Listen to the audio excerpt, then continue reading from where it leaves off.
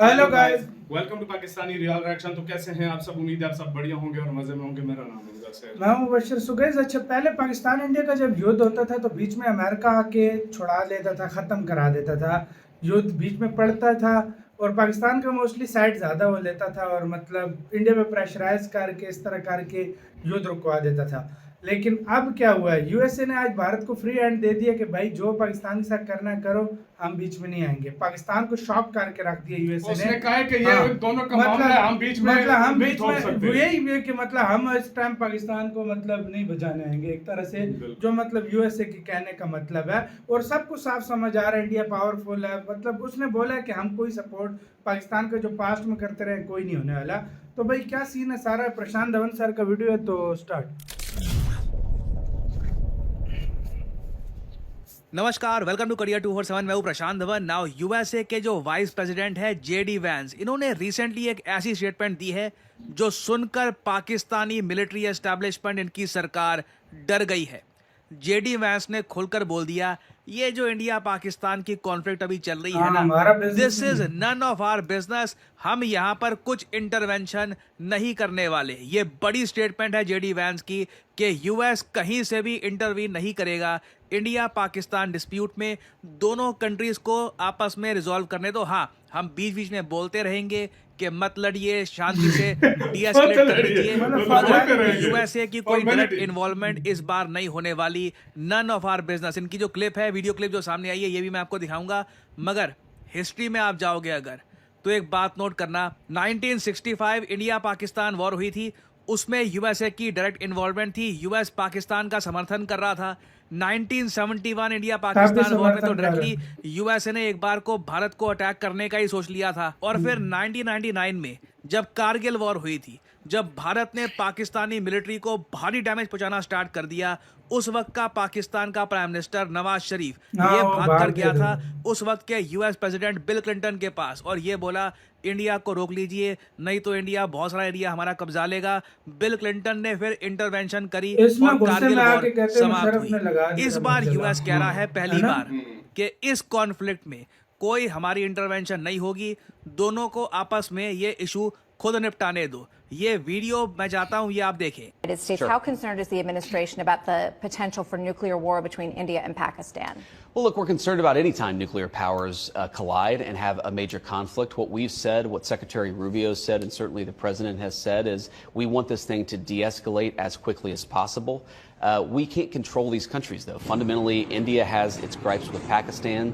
Pakistan has responded to India. What we can do is try to encourage these folks to de-escalate a little bit, but we're not going to get involved in the middle of a war that's fundamentally none of our business and has nothing to do with America's ability to control it. You know, America can't tell the Indians to lay down their arms. We can't tell the Pakistanis to lay down their arms. And so we're going to continue to pursue this thing through diplomatic channels. Our hope and our expectation is that this is not going to spiral into a broader regional war or, God forbid, a nuclear conflict. But sure, we're worried about these things. But I think the job of diplomacy, but also the job of cooler heads in India and Pakistan, is to make sure this doesn't become a nuclear war. If it happened, of course, it would be disastrous. Right now, we don't think that's going to happen. Now JD Vance की statement यहाँ पर बहुत ज्यादा matter करती है, क्योंकि आपको समझना होगा, वैंस ने पहली बात तो पाकिस्तान का सबसे बड़ा जो डराने का जरिया होता है न्यूक्लियर वॉर, इसको खत्म कर दिया। आपने सुना होगा आखिरी में जेडी वैंस ने यह बोला था कि हमें नहीं लगता कि इंडिया पाकिस्तान की जो करंट कॉन्फ्लिक्ट है ये एक न्यूक्लियर वॉर में कन्वर्ट हो जाएगी। इतना इंटेलिजेंस इनपुट से जो बातचीत हुई है दोनों कंट्रीज के बीच में, तो न्यूक्लियर वॉर नहीं होने वाली। तो अब यहाँ पर ना ख्वाजा आसिफ जिस तरीके से दुनिया को धमकियां दे रहा था कि जी न्यूक्लियर वॉर हो जाएगी, कोई नहीं बचेगा, दुनिया में कोई देश नहीं बचेगा अगर पाकिस्तान पे अटैक हो गया, वो सारी जो धमकियां होती है पाकिस्तान की, जो इससे पहले इमरान खान दिया करता था कि हम एटमी ताकत है, न्यूक्लियर वेपन यूज कर देंगे, वो सारी धमकियां यहाँ पर जेडी वैंस ने न्यूट्रलाइज कर दी है। और साफ साफ लग रहा है यूएसए की तरफ से 100% गो अहेड टू इंडिया कि जितने आतंकवादी मारने हैं मारो, पाकिस्तान को जितना नुकसान पहुंचाना है पहुंचाओ, यूएस कहीं से भी पाकिस्तान को बचाने की कोशिश नहीं करने वाला। और इसलिए मैं कहूँगा भारत के लिए आज के समय गोल्डन अपॉर्चुनिटी है। हम पीओके का कुछ एरिया वापस ले सकते हैं या फिर कहीं ना कहीं कुछ लैंड गेन कर सकते हैं, क्योंकि सिचुएशन आपके सामने है। पाकिस्तान का एयर डिफेंस सिस्टम एक्सपोज हो चुका है। इससे पहले भी आपको याद होगा जब हमने कोट एंड कोट गलती से ब्रह्मोस मिसाइल मार दिया था पाकिस्तान को, उस वक्त भी लोगों ने सवाल पूछा था कि पाकिस्तान का एयर डिफेंस सिस्टम कहाँ गया, ये रोक भी नहीं पाए। पाकिस्तान ने उस वक्त बोल दिया था कि हाँ नहीं, हम लोग एक्चुअली प्रिपेयर्ड नहीं थे, अचानक से हो गया सब कुछ, नहीं तो हम ट्रैक कर रहे थे। उसके बाद आपको याद होगा पिछले ही साल ना ईरान ने मिसाइल मारे हैं पाकिस्तान में।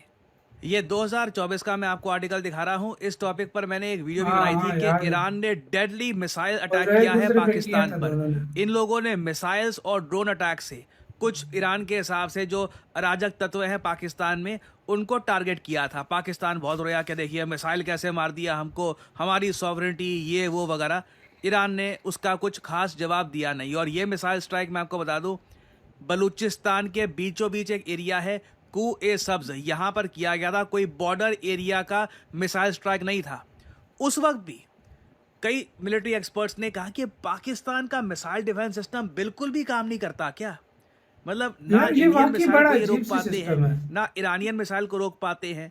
और अब जिस तरीके से हमने पाकिस्तान में अटैक किया है, खूब सारे इनके टारगेट्स डिस्ट्रॉय कर दिए, इतने सारे आतंकवादी मार दिए। पाकिस्तानीज खुद कह रहे हैं इंडियंस आए हमारे यहाँ पर, जो इनको करना था कर दिया, हमारा मिसाइल डिफेंस सिस्टम बिल्कुल भी काम नहीं कर रहा था। तो क्लियरली इस वक्त चाइनीज मेड जो HQ-9 एयर डिफेंस सिस्टम है, जो पाकिस्तान ने पता नहीं क्या सोच के परचेज कर लिया था, ये बुरी तरीके से एक्सपोज हो चुका है। इसमें मैं यही बता दूं, अमेरिकन इस बात को देखकर भी खुश होंगे कि अच्छा चाइनीज एयर डिफेंस सिस्टम्स इतने बेकार हैं, क्योंकि कल को अमेरिका को भी पता है कि कहीं ना कहीं चाइना के साथ स्मॉल स्केल मिलिट्री कॉन्फ्लिक्ट हो सकती है ताइवान के इशू को लेकर। तो हालांकि मुझको ये बात बोलनी पड़ेगी, HQ-9 ऐसा नहीं है कि चाइना का मेन एयर डिफेंस सिस्टम है, इनके पास काफ़ी अत्याधुनिक एयर डिफेंस सिस्टम्स भी हैं, मगर इनकी टेक्नोलॉजी इतनी पुअर है कि एक मिसाइल को भी नहीं ये लोग रोक पाए। तो क्लियरली आज के समय भारत के सामने गोल्डन अपॉर्चुनिटी है। यूएसए ने बोल दिया है हम बिजी हैं, अपना इकोनॉमी वगैरह का संभाल रहे हैं, टैरिफ वगैरह का हमारा इशू चल रहा है, हमें कुछ पड़ी नहीं है पाकिस्तान के साथ आप क्या करते हैं। साफ साफ हम रीड कर पा रहे हैं, न्यूक्लियर वॉर तो यहाँ पर होगी नहीं। इंडिया के पास गोल्डन अपॉर्चुनिटी है, we can do something big hair.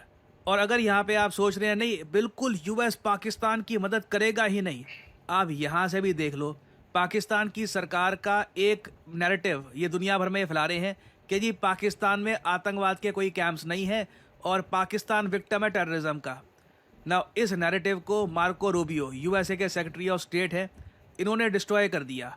Shahbaz शरीफ ने फ़ोन किया मार्को रूबियो को, बोला कि इंडिया मार रहा है बचाओ हमको।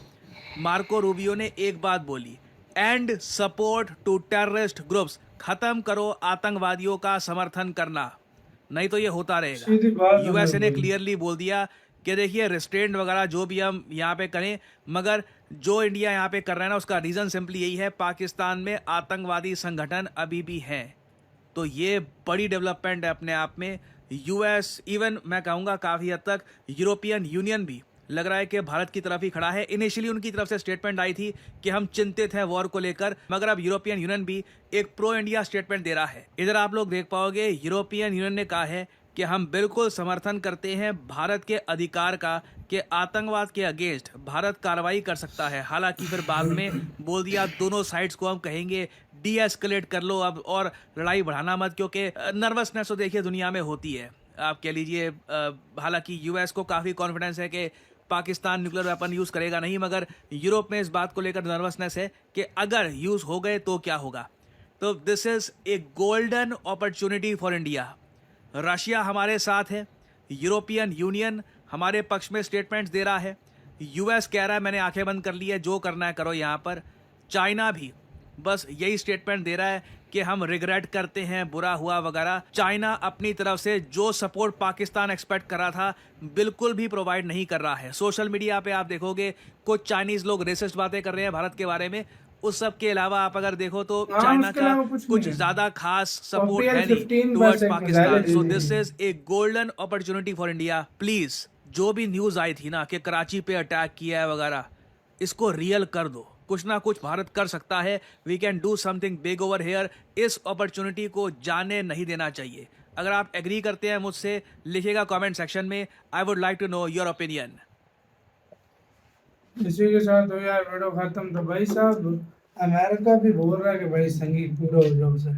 अमेरिका ने सीधा बोला है दोनों भिड़ जाओ, हमें घंटा फर्क नहीं पड़ता। घंटा फर्क सीधी सी है, उसे बात है। पता है इंडिया पावरफुल है। तो भाई हाँ। साहब पहले तो जंगे रुकवा देता था, अभी तो उसने बोला हमारा काम ही नहीं है, हम तो करते ही नहीं है भाई। यार मैं तो कह चुका हूँ बार बार, थक गए, हम बहुत कह चुके हैं। अब हमारी इंडिया की सरकार जाने, पाकिस्तान की सरकार जाने, जो मर्जी ये करें, एक दूसरे के ऊपर अटैक करें, जो मर्जी करें भाई, करते रहे। अब करते हम रहें। तो कह कर थक गए हैं भाई हमारी कि अमन होना चाहिए। हमारी कौन सुनता है? हमारी कॉल चलता है, सीधी सी करनी- बात है। हाँ। करनी इन्होंने अपनी हाँ, है, अपनी है, सीधी बात है। मतलब करनी इन्होंने अपनी है। और हर तरह से देखा जाए तो इंडिया पावरफुल है, लेकिन वही कहते हैं कि किसी को भी हल्का नहीं समझना चाहिए, वो एक अलग बात यार है। देखो, दुश्मन कोई भी हो, कमजोर वाकई नहीं कमजोर समझना किसी चाहिए। को नहीं समझना चाहिए।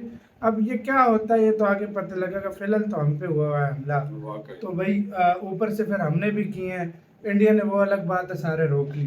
बिल्कुल। मतलब इंडिया का जो डिफेंस सिस्टम हाँ, है तो वो उन्होंने सारा वो बताया, मिसाइल हाँ। शिसाइल सब कुछ बताया। ओके, इंडिया ने, उन्होंने बिल्कुल, फुल हाँ, सबूत दिए हैं कि भाई ये वाले देखो रॉकेट आए, बिल्कुल ये ड्रोन आए, उन्होंने सबूत दिए हैं। बिल्कुल। तो भाई अब क्या होता है आगे, तो आगे देखा जाएगा। हमारी यही प्रे है कि बात ना बढ़े।